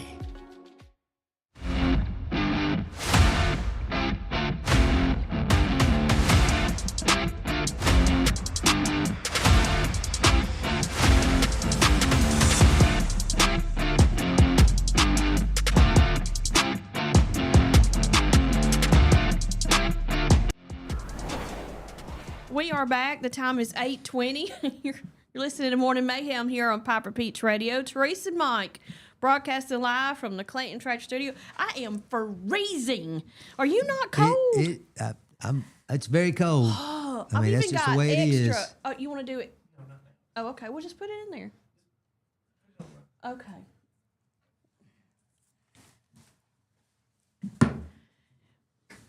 Apparently, we're going to celebrate. No, we're not doing. There we Baden go. went and got stuff for us to celebrate Confetti popper. New Year's with. I've never confetti popped or popped confetti. So tune in tomorrow. Yeah, y'all gotta. If y'all want to see this stuff going off, you're going to have to tune in tomorrow. Remember how I said that today was my Wednesday or my Friday? Well, we forgot something. Apparently, it's not. We're going to be here for a short while tomorrow, and we're going to pop off some of these things, and we're going to celebrate New Year's Day in the morning, and then I can Then you start have my that extended. my Friday. Yeah. Meh. Bummer. I thought I was going to have some more vacation time. Of course, Look, it's not really going to be a vacation though, because I've got a lot of cleaning and organizing to do. I'm not looking forward to that. But here's the thing I have found out is that I do better when my hubby is not around. If he's there, I can't clean. I don't know why. I feel like I have to have the house completely empty to be able to clean. Because one, I clean in stages and I'm easily sidetracked. So what happens is I start cleaning one room and I go in another room to get something, see something that needs to be done, and next thing I know, I'm cleaning that room. And then I've still got a whole mess in the other room. And it's a never-ending thing. Go in the room, shut the door, and say, I'm not leaving until this room is clean. That's what I need to do. I don't know if that works or not, but sounds good. Tomorrow morning, we're going to let these loose. Yeah. Not all 6. Because I'm not going to clean the mess up. I'll do one. We'll let maintenance handle that. Maintenance. I was the maintenance. I had to clean up my own. I didn't want it. It was Baden's idea, and I had to clean it. I know. I conveniently had something. Yeah, he conveniently had somewhere to be. Now, yesterday we were. I've got a sales call. I'll be back in an hour. Yesterday he decided that all the Christmas stuff had to come down, which I said we need to leave it up. And he was like, that's not how we do it in my family. It's always, you got to take it down before the 1st. Yeah, and I was like, that's well, right. my family says you keep it up through the 1st. By the 2nd, though, you have to have it gone, right? On the 2nd, you take that stuff down and you got to throw it out into your attic or your storage or whatever. Put it back in the boxes. It's got to go. But yesterday, Baden decided that we were going to do that. And I cleaned off all my Christmas stuff that was on top.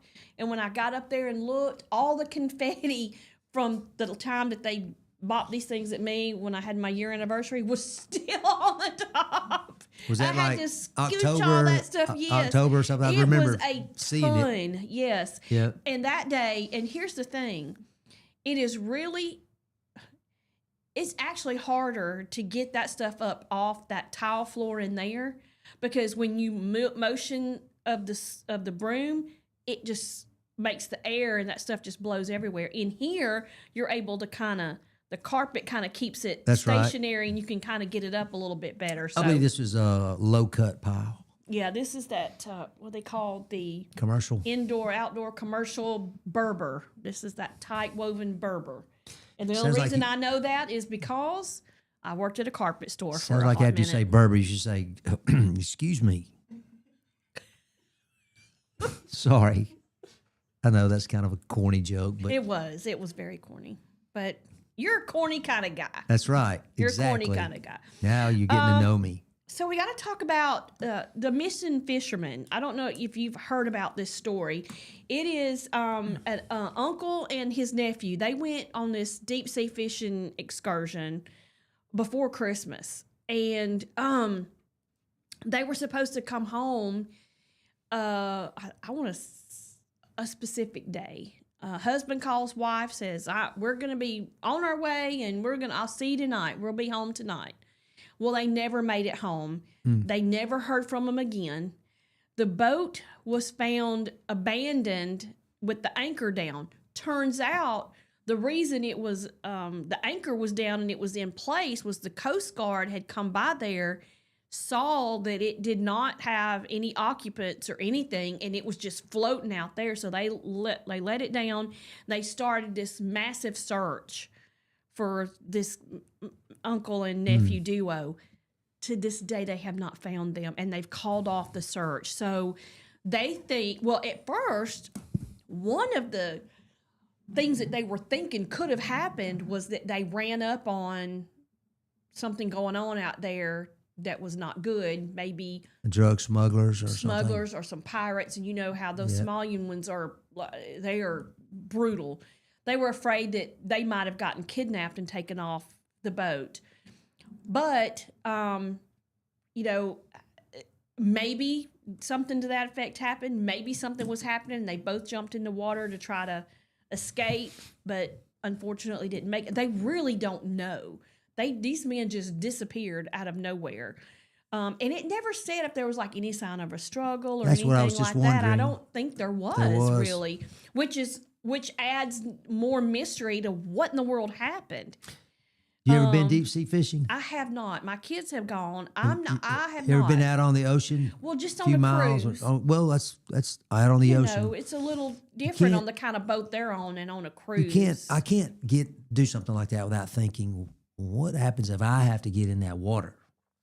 You know, and try to survive. That's like my worst nightmare. And I looked at the story to try to see if maybe like life vest or the little floating saver thingies or whatever, that any of that was missing. It didn't say. So that story was just kind of, we've called off the search. The Coast Right. Guard has said we're not searching for them anymore. Mm-hmm. And they called that search off, I want to say like the 23rd Yeah, or it's been something like that. And several they're not, days, and unfortunately, it's sad situation. Yes, I it keep is. hoping for a miracle that's right. and hoping Pop that up somewhere or get rescued. They could be out on a a little small boat out there. yeah, anything. A little raft. Perhaps.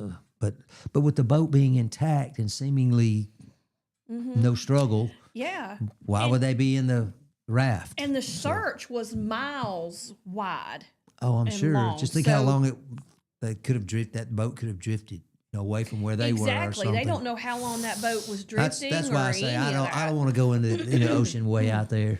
Yeah. It's bad enough to get in on the beach. Not on a boat like that. I mean, Yeah, well, even a cruise ship, I mean, is really small compared to the ocean. Very, very, very true. I Yeah. mean, when I was out on the cruise, we had other ships passing us, and think about how big that ship was, but still compared to the massive size of the ocean and what all's out there. I mean, I kept thinking at one point we were sitting out there or we were riding out there, and I was like, there is not a soul around us. It is just this ship. That's right. That's it. I mean, there was a point where I sat out on the deck and I saw nothing. Not another boat, not a bird, not nothing. It was just the ship. And I was like, it'd be easy to get lost out here Yep. and never be heard of again. Well, when we got married in 2000, Renette and I, we took a cruise, and it was from Fort Lauderdale to Cozumel, Mexico, which is off the That's where I Yucatan Peninsula. And it's right where the Gulf of the Gulf of America meets. I can't go look. I know what Trump was trying to do. I get it. I cannot call it Well, that. you heard I'm me what I was sorry. about to say. Yeah, I can't call it Gulf of America. I'm going to still call it Gulf of Mexico. I'm sorry. But where the Gulf, The Gulf. and the Short ocean, bit. the Atlantic Ocean, actually come together, can create some really bad weather because the Gulf is much more shallow, much warmer water compared to the Atlantic, which is much deeper and much colder. So when those two hit, it's like a cold front and a warm front meeting, for our weather.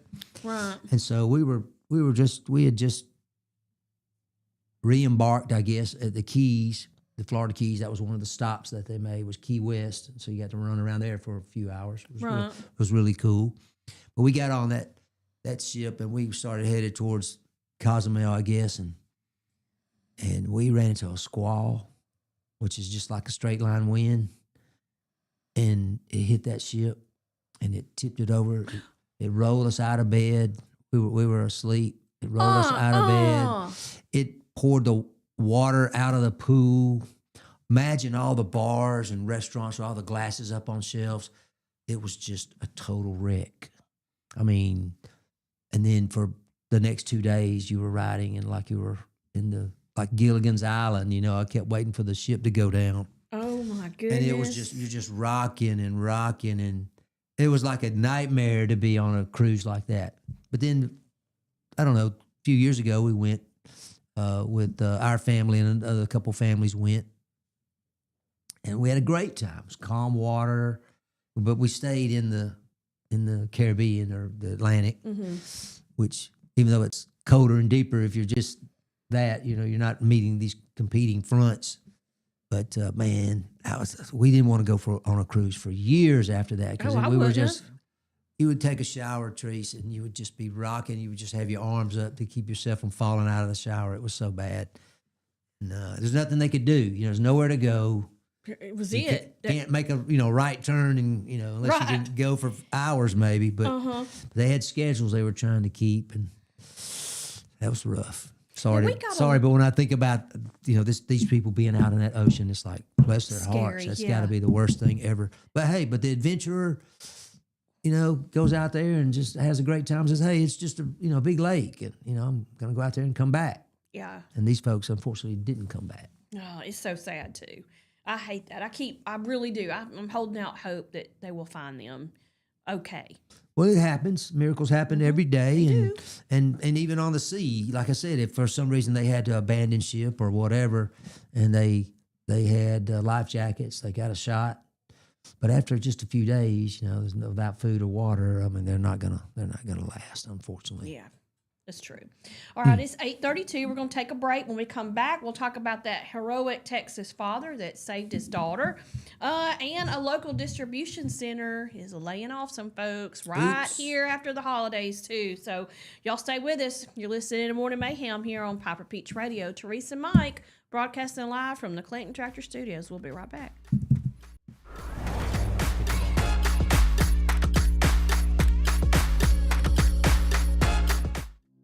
Traditions come and go, but excellent service and compassionate care are benchmarks in any era.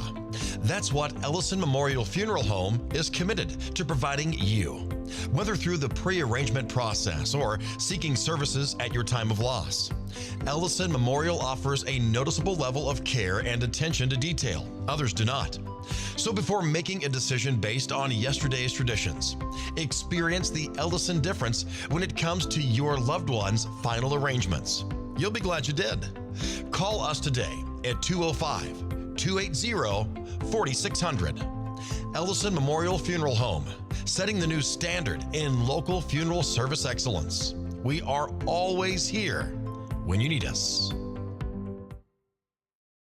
Underage drinking is deemed by many adults to be a rite of passage. Parents who host parties for youth may think they are being protective, but they are actually putting their youth at risk of physical and social consequences. Know the truth. Underage drinking and social hosting is a bad mix. For more information, contact Central Alabama Wellness, 205-651-0077, or visit centralalabamawellness.org.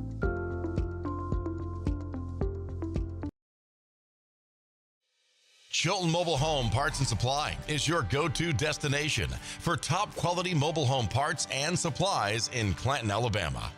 Conveniently located at 14023 County Road 29, just 3 miles east of Thorsby. We offer a diverse inventory, including underpinning, doors, windows, faucets, tubs, setup supplies, and more. Our commitment to quality ensures you'll find the best solutions for your mobile home needs. Upgrade your space with stylish doors and windows. Enhance functionality with top-notch faucets and tubs. All conveniently available in one place. Visit us today or call 205-646-1949. Transform your mobile home with Chilton, where quality meets convenience.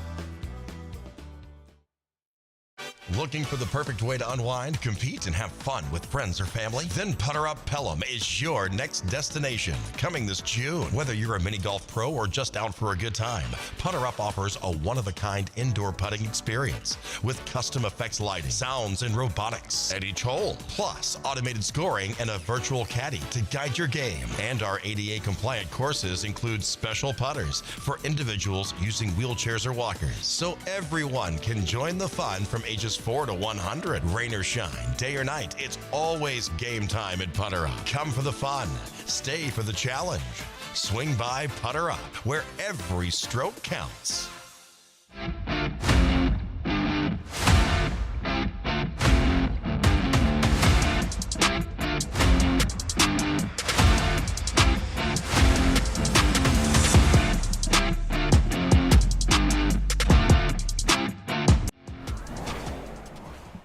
We are are back. The time is 8:36. You're listening to Morning Mayhem here on Piper Peach Radio.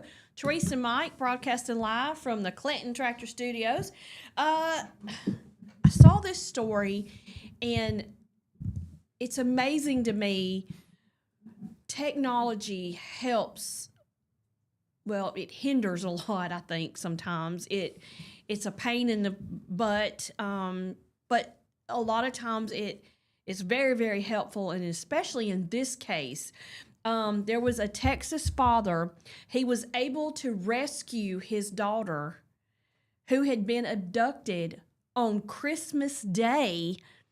Just out for a walk. Out for a walk, walking the dog, and got abducted. And when she didn't come back home, he got worried.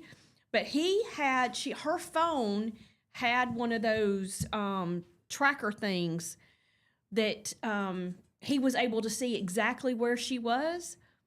And we have an app called Life 360 on We do ours. too. Okay, so I don't know if that's what they had, Yep. but it doesn't say. It doesn't say, yeah.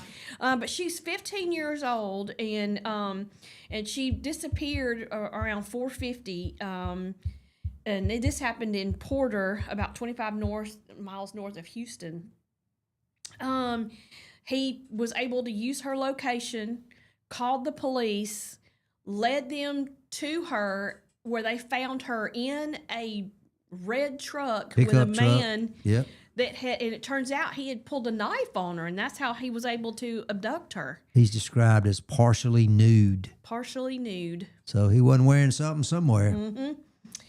He was, let's see, Giovanni Rosales Espinoza was arrested and charged with aggravated kidnapping and indecency with a child. Luckily, I think he had not harmed her as far as physically. Mentally, she'll probably messed up for a while, because that's got to be scary. But, I mean, that dad was like, And, I'm not having that. No. Quick thinking. Dad there saved his daughter. And see, it doesn't. The story didn't say whether the dad found them first, because I can promise you, out here in these parts, if the dad had found them first, you wouldn't have needed the police. You'd have just needed an ambulance. We'd have been talking about the late Would Giovanni they would have been- Rosales yes. Espinoza. He would have been considered DOA. Yeah, exactly. Because these folks around here would have not. No. I mean, took her to the woods. Was in his planning truck. on doing Oh, there's no something. telling what he was planning on doing. And this, like you said, quick thinking dad, and with the aid of the technology to locate where his daughter was able to save her. Just luckily she had her phone on her. Well, there's a lot of discussion among parents when is the right time to give your child a phone. Well, we gave our daughter when she started getting real heavy into school activities and would be staying after Yeah. school some, and that would let us know, I'm through, come get me, that kind of thing. But this is another reason why that technology is something we want to take advantage of when you can, We or started when you off need to. with iPods, let them get an iPod. And I think we may have gotten some kind of tablet or iPad, something to that effect. But I wouldn't let them get cell phones until it was that situation where, I felt like they needed to be able to get in touch with us. So was that what, 12, 13, 14? I want to say, I want to say remember ours my was daughter- 14, I think. she got the phone, but I remember I wouldn't let her have Facebook. That's what it was. I didn't let her have Facebook until she was almost 16. It's like my middle kid. Yeah. I was like, no, you don't. I think need my any of daughter's on that Face Champ, I think it's called. We had MySpace first.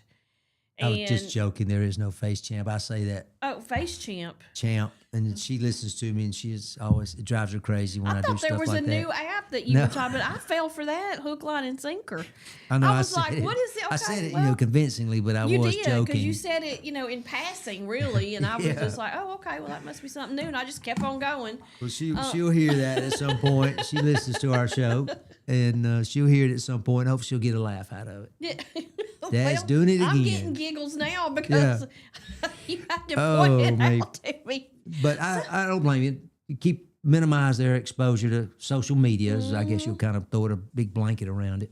But I remember when she got the phone and she started getting the texting and stuff, immediately the texting from the little boys and stuff that were, and this one little boy, he would text her and he would, give her 90 million questions and stuff like that. And so I had to get on the phone with him and say, you don't question my daughter. You don't have the right to question her. You don't ask her. You don't tell her anything. What I allow her to do is what I allow her to do. I don't care what you think and what you like. You are a little boy. Yeah. And if you talk to my child like that again, your parents and my parents are going to have a discussion. Are we clear? And he was like, yes, ma'am. And then it happened again. So I said, I'm going to come see your dad. And I did. I drove over to the house. I said, we're not having this. This is not going to take place. Your son, I don't know where he gets this behavior from, but he's not going to question my daughter. I'm absolutely not having it. Well, I think I'm not aware of any issues like that my daughter had, and she had them. She handled them, herself.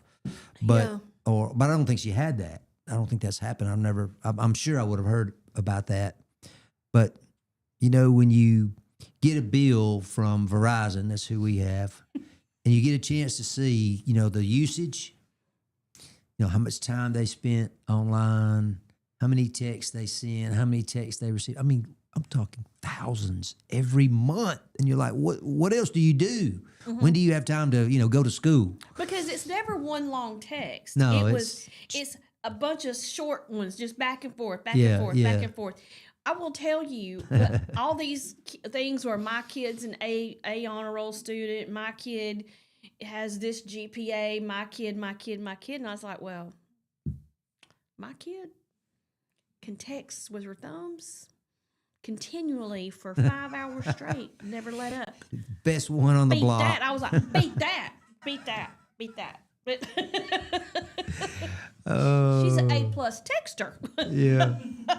Oh, that's good. Oh, but I remember when the texting first came out, it was like so many cents a text or something like that, and I was like, we didn't text a lot. We barely texted. We got so many texts a month or whatever, and that was it. Once that was done, it was done, and you had to wait till it recharged or whatever on your bill. Right. I'm glad it is the way it is now. It's unlimited. Everything's unlimited now. Unlimited texting, unlimited internet and phone calls and whatever else. I'm amazed at how many people don't know what it was like to make a long distance phone call. I The know. actual dial a zero and maybe even talk to an operator and say, Mm-hmm. I'm trying to reach this number. Can you help me? Mm-hmm. And you had to know what time of the night that the rates went down, right? You remember those days where you would After call 7. and then you would, exactly. After 7 or and after 9, I think. I was gonna say then there was a second time where Yeah. it really went down When it late really at went night. down. Mm-hmm. They were encouraging you to call then, but yeah.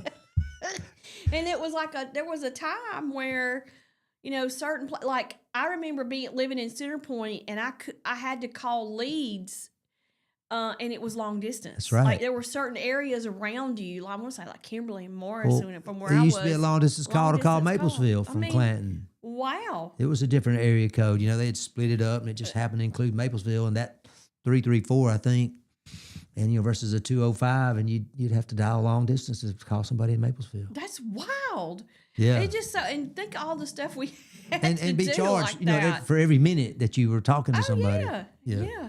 I mean, oh gosh. But yeah, you get the bill, and you'd have a charge, for your local calls because those were, I guess, relatively toll free. And then they would list out each call that you made. That was pretty cool because you could always look and say, "Look at this! This call was $15." So What are you doing? shorten it. What could y'all have talked about that long?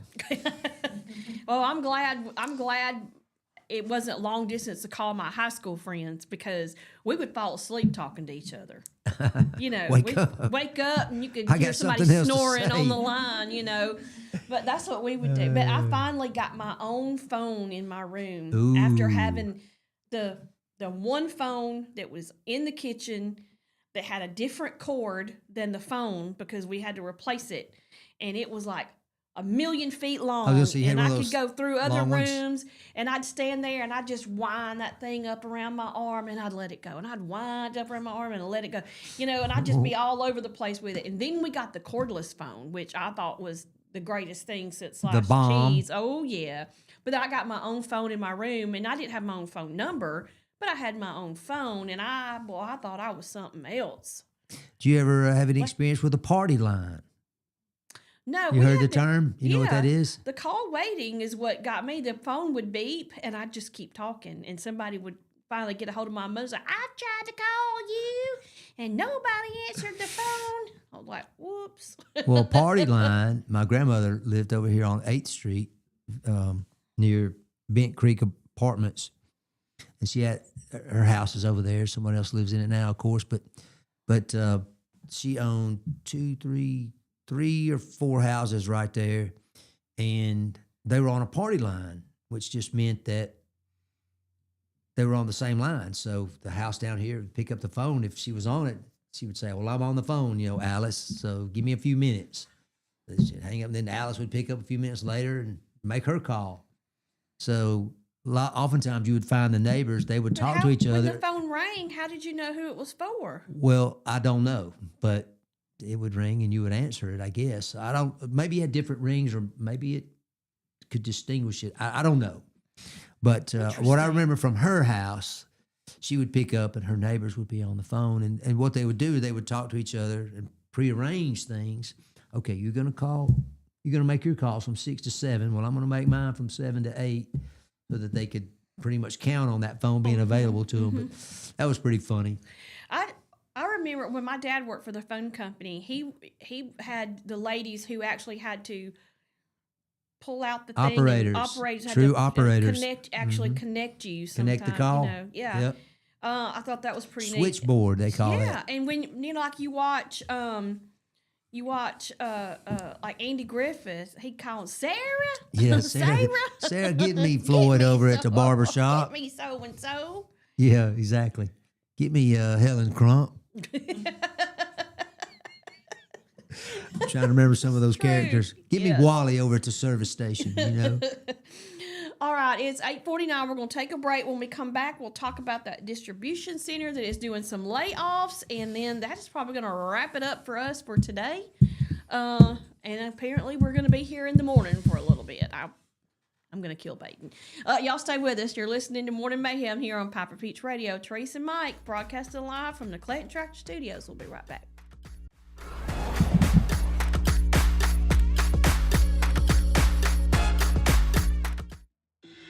Workout Anytime in Clanton is now open. Your fitness, your schedule. We have top-of-the-line treadmills and weights, but we are more than just a gym. We bring luxury and results to your fitness routine.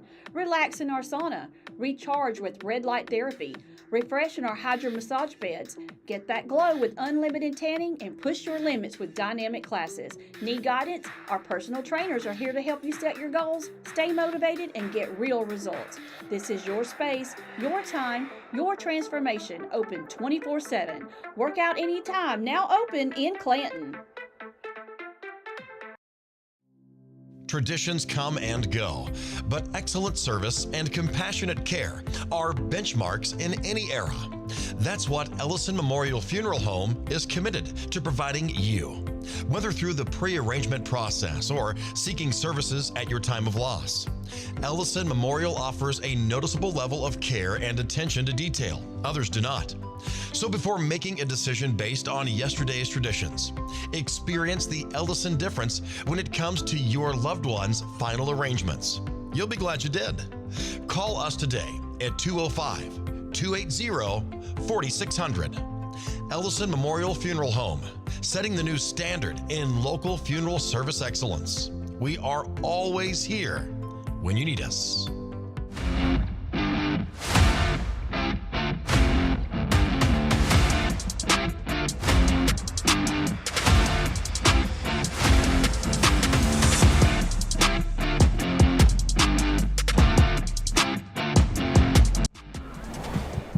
We are back. It is 8:51. You're listening to Morning Mayhem here on Piper Peach Radio. Therese and Mike here with you on this Wednesday morning. It is cold outside. It's cold in here.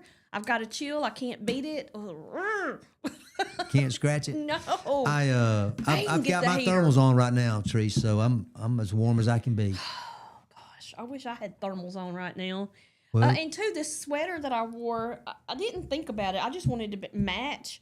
It's got, It's not a winter sweater. no, it's more of a fall Yeah, exactly. going into springtime. Get that puffy jacket out there and put that on. I do have a coat. And I have a toboggan. I may have to. I may have to get a hold of both of those. Actually, it's so Oh cold. me. So I told you a local distribution center is closing. This kind of surprised me, but in Montgomery, Alabama, UPS has decided they are going to lay off a lot of people in February. They're gonna lay off at least 128 people. They have a huge facility up on the Northern Boulevard, and it's really, I don't know, they're the same company that just hired thousands of people for the holidays, the holiday rush, and that may be part of why this may be a normal process, but nationwide or company wide, I don't know. That probably includes other countries. They're laying off like 48,000 people. I mean, 50,000 people unemployed.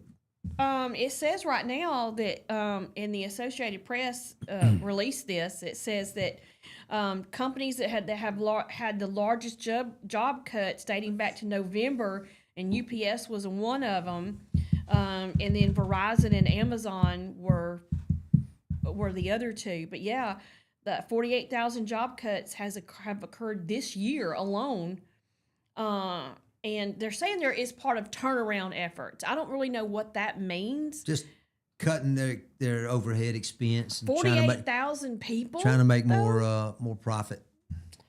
For their stockholders, really, is why they do things like that, to support their stock. But here's the price thing. of their stock. They've also added increased work shifts. So that means more people are working. Less people are working more hours. Well, yeah. Less people are working more hours is the way I should have said it. They have 93 leased and owned buildings that operate daily that were closed during the first 9 months of the year. That's a lot of real estate. So they still own that real estate, so that's worth something. But at least they're not paying. I guess that's their thought. If you got 48,000 people, if you did the math, and they have jobs worth $100,000 a piece. I mean, that's about $40 million they're saving. Yeah, well, yeah. It had a UPS representative said, our employees are extremely important to us, and we understand the impact this may have on them. No, they don't. I think it'd be more And like their 400 families. million, actually. We are working to place as many employees as possible in other positions, and we will work with those who may be impacted throughout the process to provide support. I don't know what that means either. I assume some people will probably get a severance of some kind, probably depending on what kind of position you have and how long you've been there. That's right. Exactly. But It doesn't say here, but it doesn't. that's typically, it does happen. Still happens. I just But again, feel they're bad just for looking at people. ways. I mean, they're so big. That's a lot of folks in I- one location. I thought I heard a rumor that that UPS was about to merge with FedEx. I had heard that rumor And too, the but new company nothing they're else going to call it really- is Fed Up. God. I'm sorry. I saw that joke. I had to get work that in. We were talking about UPS. I had heard a rumor to that effect, though, and I wondered if it was true or if it was, somebody just making a pun. But if they were to do that, they would be the largest. And I just don't know, when AT&T and Bell South or Southern Bell or whatever they were called at the time merged, the government went, nope, y'all are too big, split up. Yeah, and now what are they doing? They're actually letting them get back into it's like a vicious circle. They're Yeah, they're what was almost that? back. 30 where they years were. later, they're letting it happen. Oh yeah, or actually probably more like 40. But yeah, you're right. Yeah, because my dad, when that happened, he had been with he was with Bell South when it was South Central Bell, Southern Bell, and then Bell South. I remember. He went through all three of those transitions. He worked with them for that whole time, and then when Bell South and AT&T split, he went with AT&T, and then when they split them back up, he ended up getting a job at Southern Company doing their phone system, which was as complicated and I bet unique that's as a huge organization too. taking care of theirs over in Atlanta, and that's where he got me a job as a switchboard operator. Okay. Yeah, I didn't that's what I realize who did. you worked for. Yeah, I did that for a little bit. Look, I've had all kinds of jobs for the longest time. Well, here, look, I graduated high school, got married right out of high school. My only goal when I got out of high school was to have a family, to raise a family, get married, have a family, and that was it. I did not plan to go to college. I did not plan to have a career. I planned to work, and take Right. care of babies. Yep. My life did not turn out that way. So because I did not plan, I did not have, a career unless I started one. So I ended up being like a receptionist and went to this job and that job and this and that. And I'm gonna tell you. Well, we could probably do a couple shows talking about our experiences in the workplace. Couldn't we? I told you about selling books. I was a lifeguard here for a couple years at the Clanton City Pool when I was a teenager. Goodness, you were a lifeguard. I was. I actually pulled some people out of the water too. Really? I did, including wow. a lifeguard. What? Yep, it happened. You had to pull a lifeguard out. I did. I sure did. We were Wow. between the morning where we worked and the afternoon where we opened. We had a little hour or two. There was a gentleman named Calvin Wilkins. I'm sure that a lot of our listeners know exactly who I'm talking about, who ran the pool for the city. It was a city operation, city of Clanton. And he jumped off the diving board during this break that Mr. Wilkins would let us swim, let the lifeguard swim. Mm-hmm. And he jumped, and he had an issue with his shoulder, and he could barely get his head above water to tell me that he needed help. And so I dove in and pulled him to the side, and the other lifeguard saw what was going on. The other guy, I think it was David Karn, and David came over and helped me get him out. Wow. If somebody hadn't been there, there's no telling what would have happened to him. But Goodness that's what a gracious. lifeguard does. You got to be ready. Yep. Very first day I worked, I pulled a guy out. I had very little training. There's a lady named Joyce Vaughn. She used to provide that type of training for people who wanted it, and the lifeguards always had to go through it. How to save somebody and how not to drown yourself. Yeah. Because people panic, they grab you. Yep. That's the biggest danger for a lifeguard. Yeah. I would imagine it would be. But we pull some folks out. Wow, that's awesome that Yeah. you were able to do that. Did that, and you talked about different jobs, so I was just Oh, that yeah. just comes to mind. And And I fell in radio. I fell in radio about 2012, and I haven't left it since. I love it. yeah, my brother and cousin, they cleaned offices for a dentist, and I got to help them a couple days a week, and make $4 or $5. Be 12, 13 years old and have a couple dollars in your pocket was pretty cool. Yeah. Back in the day, Back in the day, that's right. When Coca-Colas were 25 cents. or less. Yeah. All right, it is 9:00 straight up on the dot. That is going to do it for our New Year's Eve of Morning Mayhem. I Went hope by you very had- fast today. I know it did. We had a lot to talk about. We did. So we'll actually see you in the morning for a very condensed version of Morning Mayhem. Baden. He was like, nope, no days off. The no boss days says, off. "Gotta work, we gotta work." You gotta do it. The show must go on. Show must go on. It That's must. right. It must. But I hope everyone has a safe and happy New Year's. Celebrate. Please safe. Don't drive. And hope you'll tune in tomorrow and Yeah, catch us. we're gonna have some Catch fun. our program. Yeah. We're gonna talk about the new year. Have a little confetti going on here. Boom. Boom! Y'all have a great one. We'll see you in the morning. Thanks for watching Morning Mayhem here on Piper Peach Radio. Let's drive with